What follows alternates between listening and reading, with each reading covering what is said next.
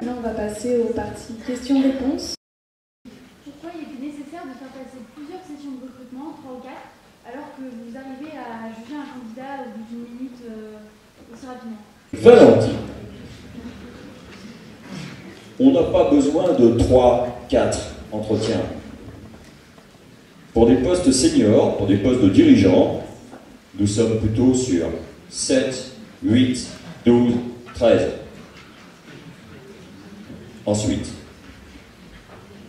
si je devais dire à mes clients, écoutez, elle a les mains douces ou moites, ils me diraient, Arnaud, écoute, on peut peut-être se mettre à travailler un jour. La première impression, nous ne pouvons pas faire un diagnostic complet des compétences, des savoir-être, de la projection du candidat dans le temps au premier entretien. C'est pas possible. Le premier entretien, pour ce qui me concerne, c'est la prise de contact.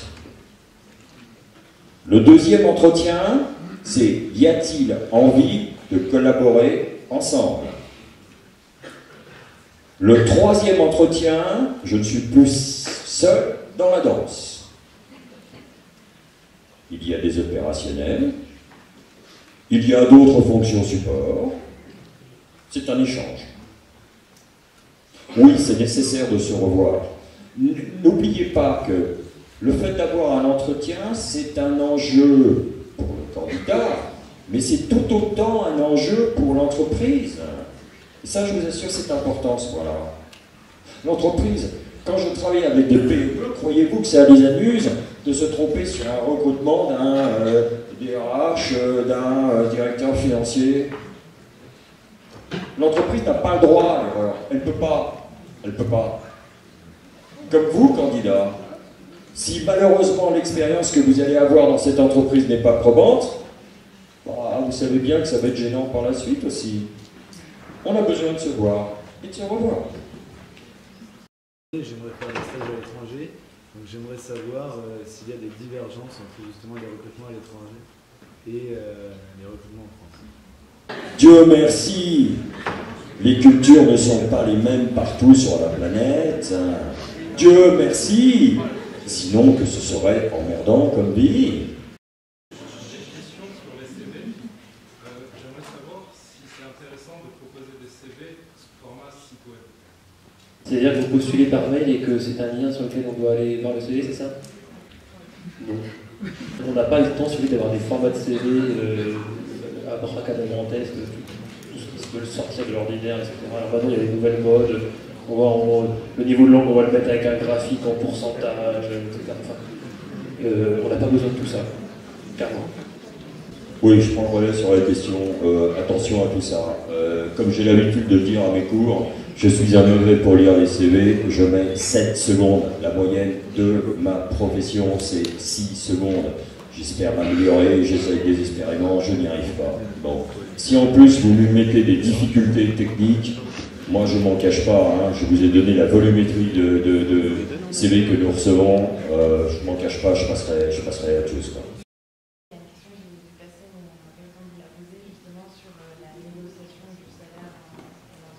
Vous n'êtes pas toujours très bien préparé à ça, et je le regrette profondément. Il y a toute la partie dite variable.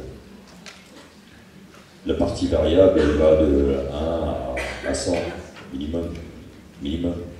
Alors c'est vrai que c'est fonction des habitudes, des tailles de groupe, etc.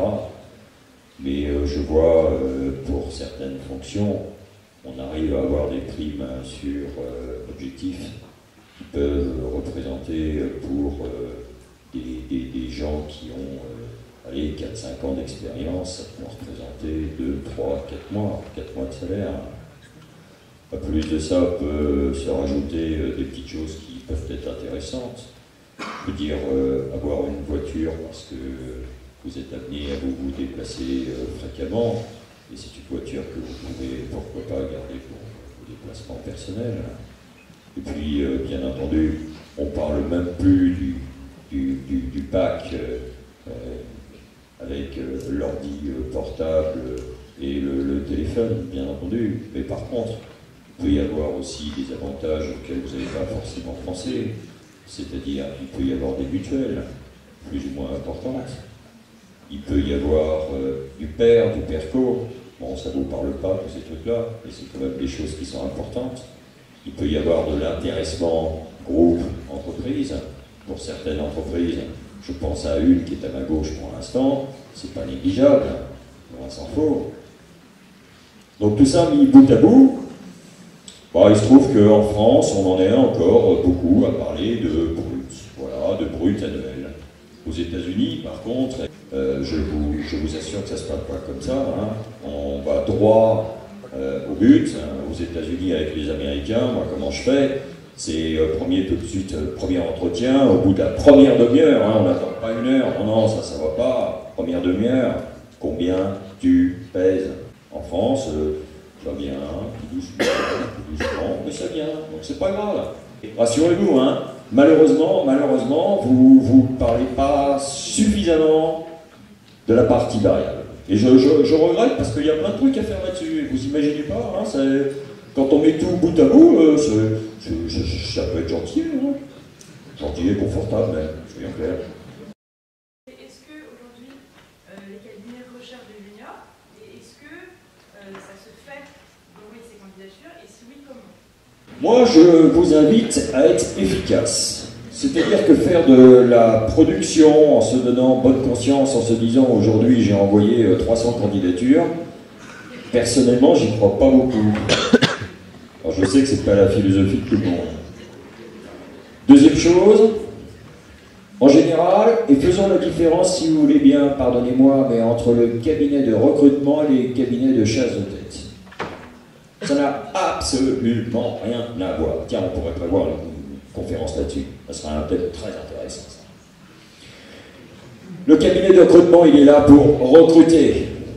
La chasse de tête, il est là pour aller chercher la bonne personne là où elle est planquée. Ce qui veut dire que le cabinet de recrutement, bien entendu, on est sur un rythme industriel. Donc il y a des opportunités. Donc en sortant de l'école, si tu cherches un CDI, tu auras plus de chances déjà si tu contactes un cabinet de recrutement que plutôt qu'un chasseur de tête. Le chasseur de tête, c'est un besoin ponctuel. Alors que le recrutement, bah, je ne sais pas dans quel secteur et dans quel métier tu recherches précisément, mais bien entendu, quand on a un client, en général, c'est assez répétitif pour ce type de fonction. Donc si ce n'est pas ce poste-là, eh ben, il y aura une opportunité qui se présentera un peu plus tard. Ensuite, compliqué ta question. Il y a des cabinets qui sont spécialisés secteur d'activité ou spécialisés métier. Est-ce que tu as besoin de contacter des cabinets qui n'ont pas d'activité dans ton métier? Pas forcément. Ni dans ton secteur d'activité? Pas forcément. Est-il bon de contacter des cabinets de recrutement et de chasse de tête? J'ai envie de dire l'idéal, mais c'est extrêmement compliqué. Ce serait de pouvoir rencontrer ces gens-là. Rencontrer ces gens-là, non pas pour ton job, mais pour qu'ils puissent t'orienter vers des clients qui peuvent posséder et qui recrutent ce que tu recherches. Alors, je m'intéresse aux ressources humaines et j'aurais voulu savoir comment voyez-vous l'avenir de la fonction RH? Je suis extrêmement content de cette fonction qui évolue à la vitesse de l'éclair. Pour ma part, je pense qu'il y a encore beaucoup de choses à faire dans les très prochaines années. Et que vous allez, vous, nouveaux diplômés, nous obliger à nous y coller rapidement.